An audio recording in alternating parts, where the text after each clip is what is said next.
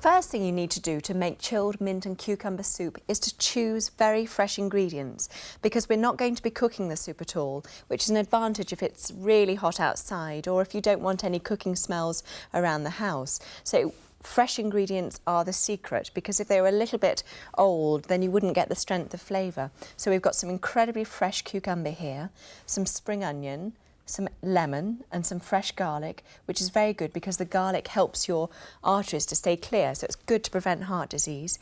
And we've got some spice, some coriander there, some creme fraiche and some natural yoghurt. Now I've added those because they're incredibly rich in calcium, which means if you're either pregnant, and this is a lovely soup for if you're pregnant, it's giving your body additional calcium, or if you're also going through the menopause and you just want to make sure that your bones are staying healthy, we've got the yoghurt and the creme fraiche. Now the most important ingredient is the mint. Now this is English mint and it's actually grown in my garden. Now it is really strong in flavour, but you can get supermarket mint, which you need to use the day that you buy, because if you leave it for any longer, the flavours go, and that means some of the vitamins and minerals go as well. Now what I'm going to do is I'm going to dice this cucumber. Now another good thing about this soup is that you don't have to be that accurate with your chopping, so it doesn't matter if you're not the best chopper, because we're going to put it all in the food processor, which I'm going to do now.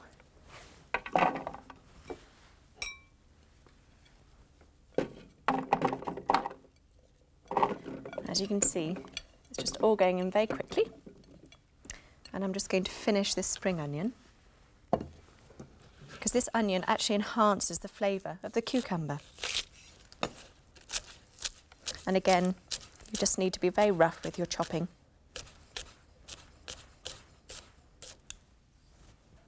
And that's going to go in with the cucumber. And just a squeeze of lemon juice. This enhances all the flavours and brings the freshness out. And I'm going to pop the garlic in. Just adds a little bit of hotness. Now I'm just going to chop some of this mint. As you can see, it's really fresh. I'm just going to rip some leaves off. And of course, this is the ingredient that makes it a very good settling soup. So it's good for morning sickness or when you've got indigestion. So I'm just going to roughly chop that. Now I'm going to add a little pinch of coriander,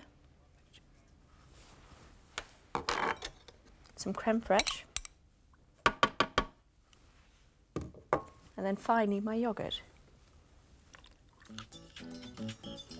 And I'm going to quickly whiz these up together. It only takes a couple of minutes. As you can see, it's just mixing absolutely beautifully and it's going slightly green. It's always important to get a bowl that complements the colour of the soup, because it wouldn't look very good in sort of a brown bowl or anything. As you can see, it's really lovely and smooth. Very light, and I'm just going to garnish just with a little bit of diced cucumber and a little bit of fresh mint. And there you go, a refreshing and nutritious starter, chilled mint and cucumber soup.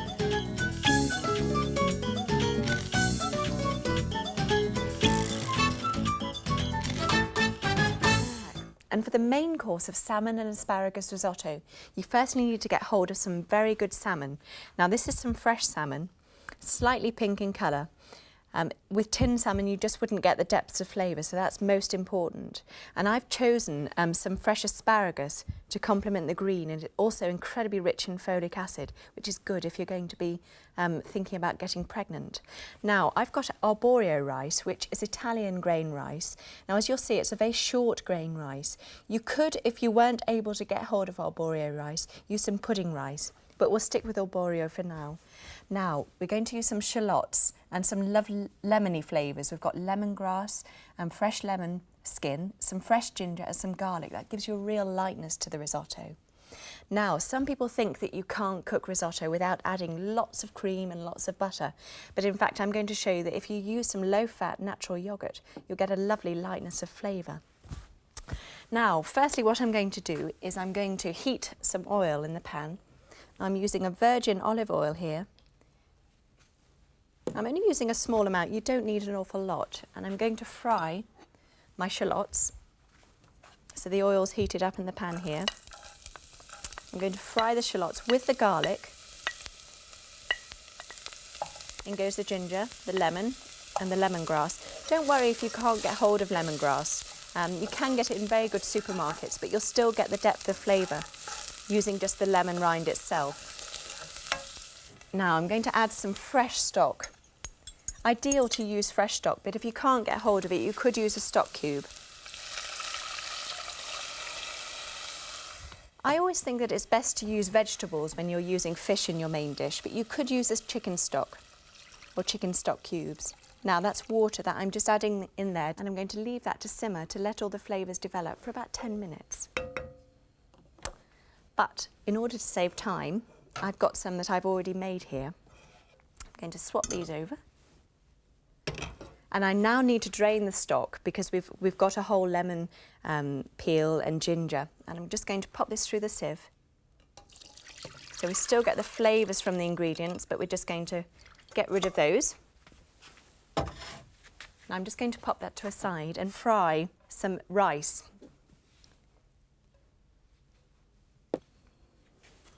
And add the arborio rice. I'm just going to warm the grains a little bit, just to crisp them up, and it means that they absorb the stock a lot better if you've just warmed them slightly. Now it's lovely and warm. I'm going to pour the stock in. You could use a ladle, but why not just pop it all in? Now I'm going to bring this up to the boil. And I'm going to leave it to simmer for about 30 minutes just to help all the rice develop their structure and also soak up all the flavours. In order to save some more time, I've got some ready-made. Now you'll see a large difference here because we've got the swollen rice grains here. And you see that it's taken up the stock really beautifully. Now about 10 minutes before you're ready to serve the dish, we add the salmon and the asparagus.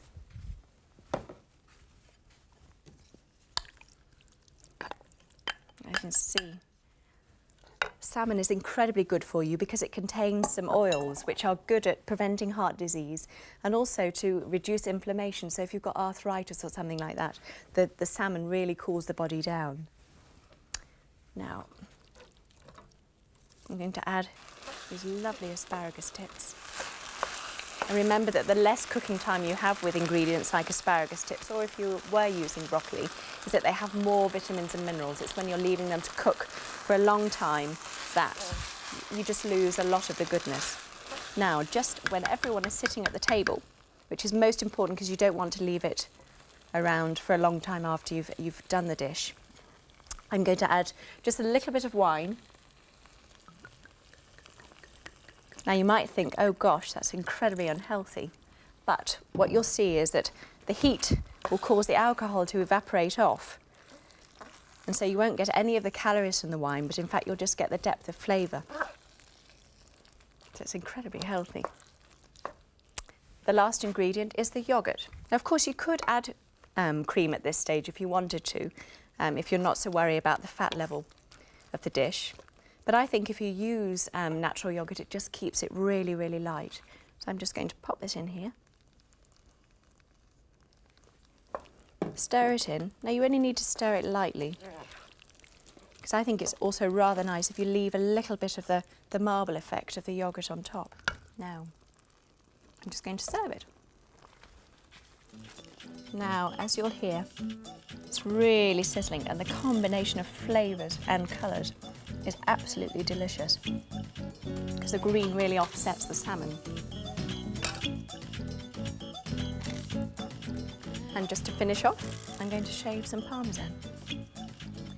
Now this also adds some additional calcium, which can be good both for children and for when you're trying to maintain your bones during the menopause.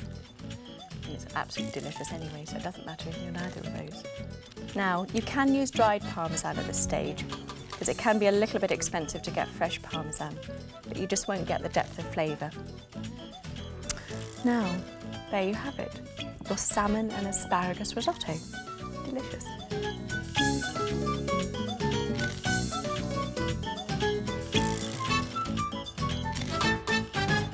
And now it's time for pudding.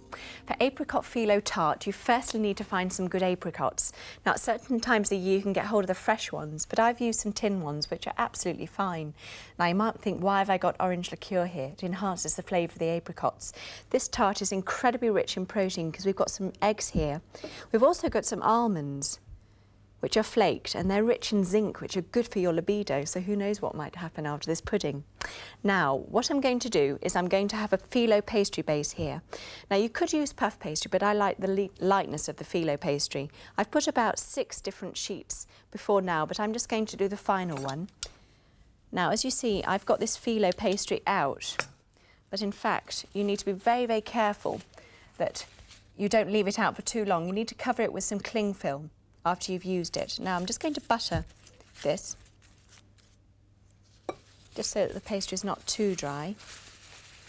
Now there you go, you just scrunch it, so it looks pretty already. Now, for the rest of the tart, what I'm going to do is I'm going to make a Bakewell tart base, but I'm going to cream this butter along with the sugar, pop them in the bowl. Now you could do this by hand, but I'm going to save some time by using an electric whisk. Now you just make them light and fluffy. Now what I'm going to do now is I'm going to add the eggs. Now, important thing to remember when you're using eggs in this sort of mixture is that you need to add the egg very, very slowly. So I'm just breaking these, because if you don't add it slowly, then it curdles. So, right. As the mixture's being blended, I'm going to add a little bit of the egg at a time. Just adding it very, very slowly.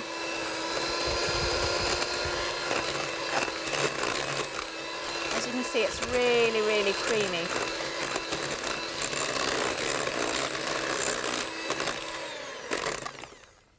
Now, once that's blended, I'm just going to quickly add the flour and the almonds.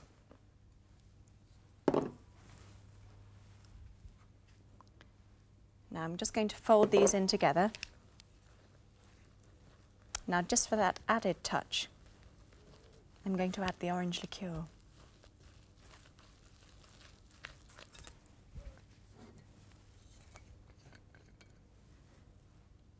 There's just a little swig. As you can see, I really like orange liqueur. Now, I'm going to blend this all together, and then I'm going to pop it into the pastry case. So it's very, very easy. Now, I'm going to just spread this out very, very evenly. Just into the pastry. Now, don't worry if you don't get it completely evenly, because I'm going to pop the apricot halves on top here. Now, I always think it looks best if you arrange the apricot with the bottoms up, as I say. Now, another thing to remember about apricots is they're very rich in calcium, so they're good for creating strong bones and teeth. Once you've done this, I'm going to pop it in a preheated oven of about 220 degrees. Now, just being careful as you pop it in. And I already have one that I've already cooked, just to save some time. As you can see, the combination of colours is beautiful. Now, using my glazing brush, and you have to be careful when you heat jam that you don't hurt yourself because the sugar gets very, very hot. But as you see, I'm just going to slightly glaze the tart. And it really brings the flavours and the colours out. Now, just to finish, I'm going to pop some pistachio nuts. If you can't get hold of pistachio nuts, you could use almonds. So as you can see, the green colour complements the orange of the apricots beautifully. And there you have it, a scrumptious and nourishing apricot Filo tart.